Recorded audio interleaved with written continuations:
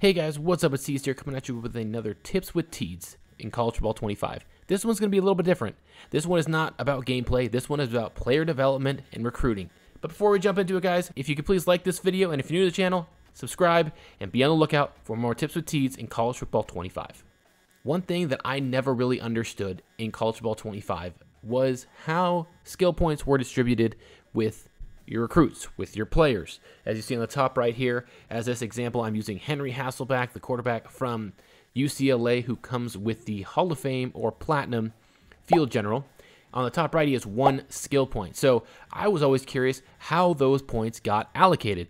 There was no real, it didn't really seem like there was much science behind it, and I was kind of bummed when I tried to create a similar file to what I'm playing right now in my online dynasty, which is to see how good potentially Henry Hasselbeck could be in a few years given playtime, because he really lacks arm power and throw power. So I created a few of these dynasties, simulated a few years in advance just to see how everything would look. But on Reddit this morning when I woke up, I saw this post and it shed a whole new light on player development and skill points and how they are distributed, and I wanted everybody to know and see this because I don't know if it's common knowledge to everybody. If it is, great, good for you, but it's been over, what, 3 months now, and I had no idea this is how the points were allocated. So I will probably put on the screen right now. This is the post that I saw. It says, "I love how little players know about the game because they don't have tutorials. Those are player skill points. They earn them via in-game goals through XP. The amount of XP a player gets per event, for example, big run, TD catch, etc., is based on their development trait. They spend them automatically when the week is advanced if they have enough points for the cheapest available upgrade. Your players will always upgrade the cheapest available attributes first. The player you're looking at here is unable to spend any points on badges. Yes, they can purchase badge upgrades mid-season or attributes because they have skill caps that they have reached. Unrelated note, that player would make me so mad on my team. I pretty much always make sure to recruit gems because they are known to have the least amount of skill caps." So that was monumental to me. I'll repeat it again. The most important part of that whole post: your players will always upgrade the cheapest available attributes first. And this got me thinking, this has to be true. Because every time that I tried to simulate a few years in advance to see how Henry Hasselbeck would be, because he was a freshman with 99 overall already, as I'll go to his ratings. Here he's a sophomore. Currently, we're in year 3 of my online dynasty, and he has Platinum or Hall of Fame Field General, which is the highest of the high. And I don't even think Quinn Ewers has it. I think he has gold.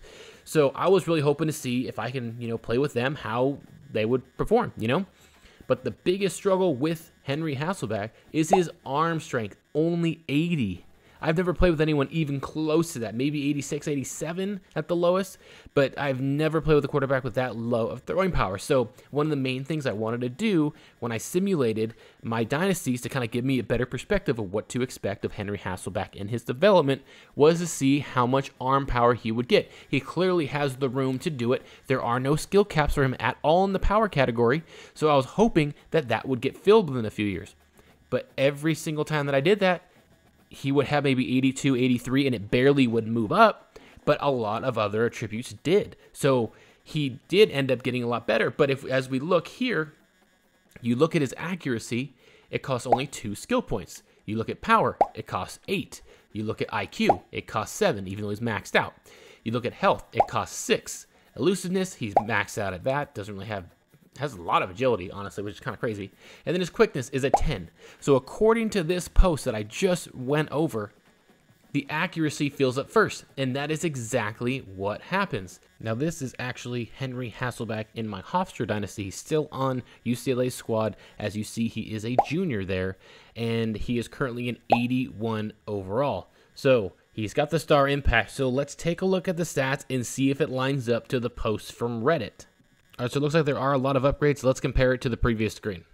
Now, while comparing these two, you see the left is the junior year, the right is the sophomore year. There is a big gap in accuracy, as what to be expected. That is what the post said. It said your players will always upgrade the cheapest available attributes first. In this case, it was accuracy, and you can tell by looking at the accuracy on the right, there was only 3. Now there's 6 completed, so it obviously jumped up there.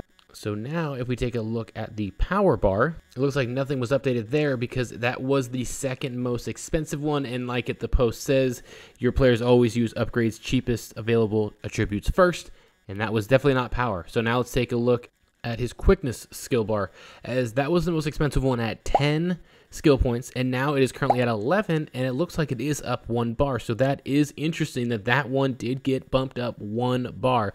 Since it was the most expensive skill, I did not expect that. I expect to see some power get moved up once or twice, but it didn't. So I'm definitely interested to see how my online dynasty works with Henry Hasselbeck and see if by using him that I get that power bar up, because he has no skill gaps there at all. And it would be awesome if I could use him for at least 1 season with that Hall of Fame or Platinum Field General.